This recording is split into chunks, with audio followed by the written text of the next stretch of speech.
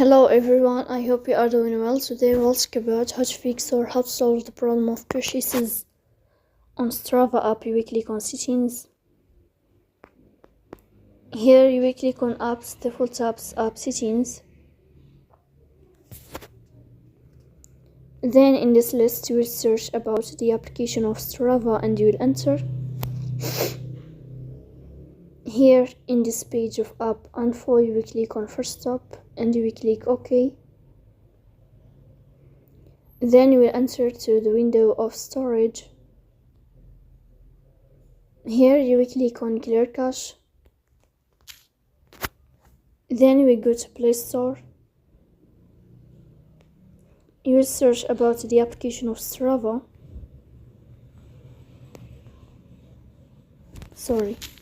Strava app.